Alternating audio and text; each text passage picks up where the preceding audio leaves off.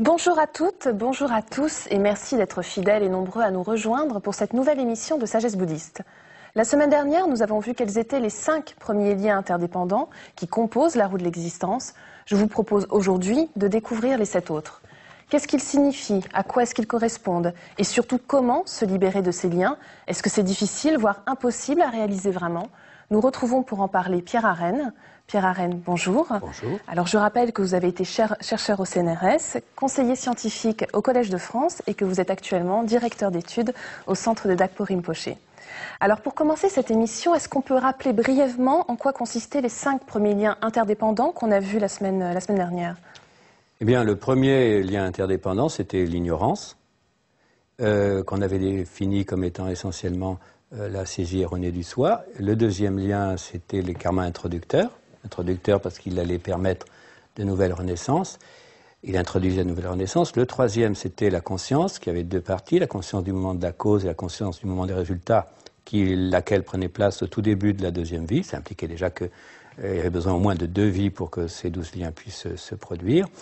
Après la conscience du moment du résultat, il y avait le nom et la forme, et qui correspondait, si vous voulez, au début, à l'embryon et le début de l'être qui venait de naître.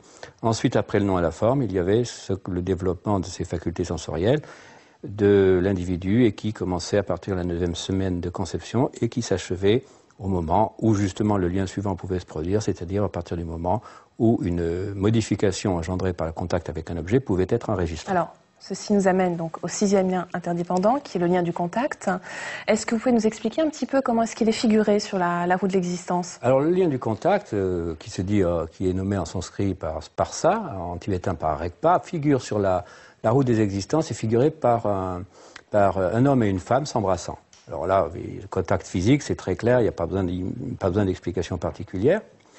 Ce contact, on en a parlé juste un petit peu avant, il consiste tout simplement à la réunion d'un objet, d'un sens et d'une conscience, et lorsque ces 3 éléments sont réunis, il y a la fonction du contact est d'enregistrer l'objet de telle manière à ce que le lien suivant puisse l'expérimenter comme étant agréable, désagréable ou neutre. Mais on ne peut pas encore expérimenter, c'est-à-dire que la sensation n'est pas encore là, attention. Voilà, très bien, voilà, c'est exactement ça. C'est un peu difficile de distinguer les deux, parce que ce lien du contact, en réalité, est comme une sorte de matrice, une empreinte qui va après être interprétée et expérimentée comme étant agréable, désagréable ou neutre. Donc on arrive là à la sensation, voilà, qui est le 7e lien. On le retrouve figuré comment sur cette roue de l'existence? Alors la sensation est représentée par un homme qui reçoit une flèche dans l'œil. C'est une image ça mérite d'être clair? Un peu forte, mais ça mérite d'être clair. C'est une sensation là, vraiment très claire. En tout cas, sûrement une sensation désagréable. Alors, ce qui nous permet de dire qu'il y a 3 types de sensations, évidemment, agréables, désagréables et neutres, bien sûr. Mais pour revenir au facteur lui-même sensation, la sensation est à la fois un facteur mental et à la fois un agrégat, mais gardons son aspect de facteur mental. Sa fonction est d'expérimenter l'objet selon ces 3 modalités. Et ce qui est expérimenté, il est dit que ce sont des karmas portés à maturité. C'est-à-dire chacune des sensations est le résultat, en fait, d'un karma accumulé. Pour une sensation agréable, un karma accumulé qui est positif. Pour une sensation désagréable, un karma négatif. Et pour une sensation neutre, un karma neutre, bien sûr, une empreinte karmique neutre. Alors, nous arrivons au lien de la soif, qui, lui, n'est plus un facteur mental. Hein. On passe à autre chose. Hein. Alors, la soif, c'est une forme de l'attachement. Mais l'attachement est aussi un facteur mental, mais d'un autre ordre, disons. Alors, on va peut-être pas s'attarder sur ces distinctions. Comment est-ce qu'on le représente? La soif est représentée par un homme auquel on sert à boire, tout simplement. Et par certains commentateurs disent qu'il boit de l'alcool. Pourquoi de l'alcool? Parce qu'on dit que boire de l'alcool n'étanche pas la soif, au contraire, la rend encore plus intense. Tout comme dans le samsara, les désirs appellent d'autres désirs. Voilà, exactement. C'est tout à fait ça. Et donc cette fameuse soif, qui est une forme d'attachement, qui se spécialise, qui s'exerce, par exemple, par rapport aux sensations positives, dans le sens qu'il y a un désir de les prolonger, par rapport aux sensations négatives, un désir d'être séparé de ces sensations négatives, et par rapport aux sensations neutres, le désir qu'elles ne déclinent pas. Et cette soif a une fonction très importante. Une fonction qu'on a vue tout à l'heure un petit peu lorsqu'on a parlé des fameuses empreintes karmiques qui allaient se prolonger, permettre la naissance et l'apparition de la conscience du moment du résultat. Pourquoi? Parce qu'on avait dit que l'empreinte karmique était arrosée par la soif et l'avidité. Et donc, en fait, c'est pour cette raison aussi que le lien suivant, qui est le lien de la saisie, est un petit peu une continuation du lien de la soif, même s'il y a une différence qui est quand même assez importante. Voilà, c'est même tout à fait une continuité du lien de la soif, c'est ce qu'on appelle l'avidité, en sanskrit ou padana, ou en tibétain lenpa, c'est-à-dire saisie, avidité, c'est-à-dire le fait d'être attiré par quelque chose. Il est représenté sur le pourtour de la roue des existences par soit un homme, une femme ou un singe en train de s'emparer d'un fruit.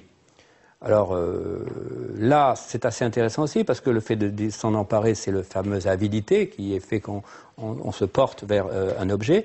Et ça marque bien la différence avec la soif parce que la soif, le lien précédent, était une sorte de désir de ne pas se séparer des sensations agréables, mais il s'appliquait aux sensations d'une manière générale. Alors que l'avidité, c'est les moyens pour justement accéder à ces sensations. L'avidité, elle s'attache plutôt aux objets permettant qui entraînent les différents types de sensations. C'est à ces objets qu'elle s'intéresse et pas directement aux sensations. Alors, une fois que cette empreinte karmique est portée à maturité, c'est ce que vous venez d'évoquer, on arrive au lien interdépendant du devenir. Pourquoi ce lien est très important et comment est-ce qu'on le représente d'abord? Eh bien, tout simplement, c'est que le devenir, c'est l'aboutissement de ce processus. C'est-à-dire qu'on a le karma introducteur qui, sous la forme de l'empreinte karmique, a été porté à maturité par cette fameuse soif, cette fameuse avidité, et qui, de ce fait, a acquis la faculté de produire une nouvelle naissance, une renaissance. Et cette faculté de produire une nouvelle naissance, c'est cela qu'on appelle le devenir, ou dans certaines traductions, l'existence. Alors, comment est-ce qu'on le trouve figuré sur cette roue de l'existence? Il est l'existence figuré par une femme enceinte. On ne peut pas mieux le figurer puisque c'est un être en devenir, justement, qui est représenté au travers de cette femme enceinte. Et donc on arrive au lien de la naissance. On arrive tout naturellement au lien de la naissance. Où on voit une femme accoucher, donc là aussi c'est très explicite. Alors cette naissance, elle a quelque chose de tout à fait particulier. Elle commence à partir du moment où le courant de conscience s'introduit dans les cellules parentales. À ce moment même, elle commence au même moment d'ailleurs que le moment où débute le nom et la forme. Ce sont les mêmes agrégats en réalité. Et ce qu'il y a de particulier en ce qui concerne ce facteur, ce lien interdépendant de la naissance, c'est qu'il commence bien à ce moment-là, mais qu'il continue jusqu'au moment de la mort. C'est qu'en réalité... Et donc on est toujours dans ce 11e lien finalement. Voilà, nous sommes encore maintenant, vous, moi, dans ce 11e lien. Et on arrive donc au dernier lien des 12 liens interdépendants, la vieillesse, la mort et la souffrance. Alors, en quoi pourquoi ce lien est le dernier mentionné en fait dans la chaîne des 12 liens interdépendants? Alors, naturellement, à partir de la naissance, s'il y a naissance, naturellement, il va y avoir aussi mort. Alors, le 12e lien, c'est le vieillissement et la mort. Qu'est-ce que c'est que ce vieillissement et cette mort? En réalité, il commence aussi au 2e instant après la conception, en quelque sorte, ce vieillissement. Il ne correspond pas tout à fait à ce qu'on entend, nous, par vieillissement. On entend vieillissement à partir du moment après une maturité. Dans la tradition bouddhiste, le vieillissement commence juste au 2e instant c'est-à-dire que même le bébé qui, pour nous, va nous paraître, et même 2e après la conception, ça en est dans la vie intra-utérine. Ce sont les modifications qui vont affecter l'agrégat de la forme, disons le corps ou les cellules parentales qui vont se développer, qui vont naître un embryon, et la suite, ce sont donc les modifications qui vont affecter cette forme, ce corps embryonnaire et puis après développé, jusqu'à sa fin, qui est appelée vieillissement. Quant à la mort, évidemment, c'est la destruction de cet agrégat de la forme, de ce corps. Sur combien de vies est-ce que tout ça s'établit?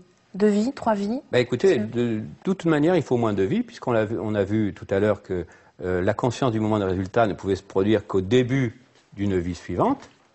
Et il faut comprendre quand même, entre la conscience du moment de la cause et la conscience du moment des résultats, il peut y avoir de nombreuses vies.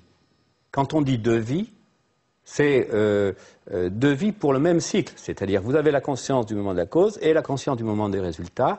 Entre les deux, Si l'empreinte karmique n'a pas été portée à maturité, il peut se passer beaucoup de nombreuses vies. Mais il faudra une deuxième vie quand même pour que le cycle continue.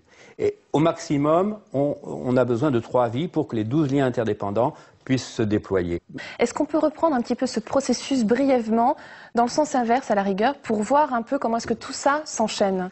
On peut concevoir en revenant en arrière comment ça se défait comme un château de cartes. Si par exemple vous n'avez pas la naissance, vous n'aurez pas la mort. Et si vous n'avez pas le devenir, vous n'aurez pas la naissance. Bien sûr, tout s'enchaîne. Voilà, si vous n'avez pas la soif et l'avidité, vous n'aurez pas non plus le devenir, et ainsi de suite. On peut remonter jusque-là, jusqu'à la cause première, si je puis dire, qui est l'ignorance. Alors justement, pour conclure cette émission, est-ce qu'on peut essayer d'évoquer, de voir un petit peu comment est-ce qu'on peut se libérer de ce cycle des renaissances dans le samsara? Est-ce qu'il y a un moyen? Alors, il y a un moyen, bien sûr, sinon à ce moment-là, le bouddhisme n'aurait pas de raison d'être, si c'était pour enregistrer l'état des choses. C'est d'une part que cette ignorance qui nous affecte depuis les temps sans commencement, d'après la tradition bouddhiste, n'est pas quelque chose qui fait partie de la nature de notre esprit. Comme cette ignorance n'est pas de la nature de notre esprit, elle peut donc être éliminée. Alors comment peut-on l'éliminer? Alors on peut l'éliminer à l'aide de ce qui est directement opposé. Directement opposé à l'ignorance, ça veut dire directement opposé à cette saisie erronée du soi. Ce qui est directement opposé, c'est la sagesse supérieure. Cette sagesse supérieure voit le jeu, le soi, comme il est réellement, c'est-à-dire il le voit, cette sagesse, elle le voit comme étant dépendant. Et c'est ce qui nous permet donc de renaître d'une façon plus libre. Et à partir du moment où on n'a plus cette saisie du soi erronée, on ne voit plus le soi d'une manière absolue, on le voit comme quelque chose de dépendant. Et comme quelque chose qui a c'est là que se passe d'ailleurs la théorie de la vacuité, comme vide d'existence propre.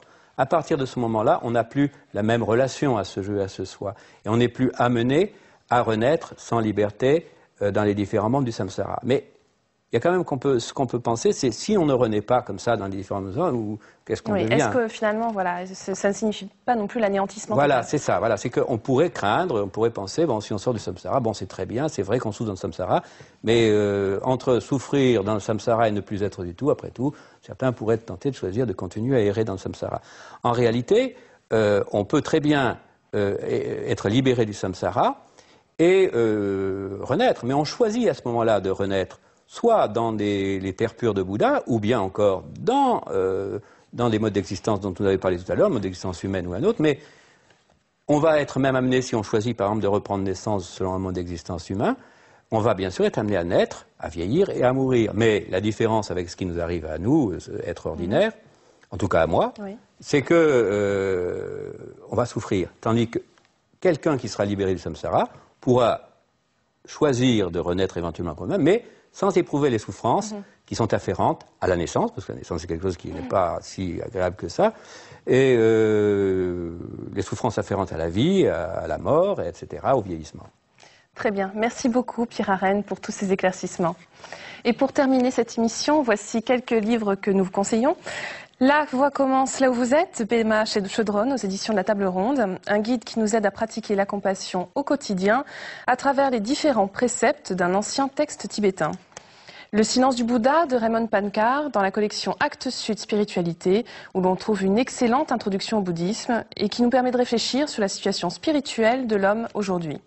Et enfin, le dictionnaire encyclopédique du bouddhisme aux éditions du Seuil de Philippe Cornu. Merci à tous de nous avoir suivis. Je vous souhaite une très belle journée et vous propose de nous retrouver dimanche prochain. Excellente semaine.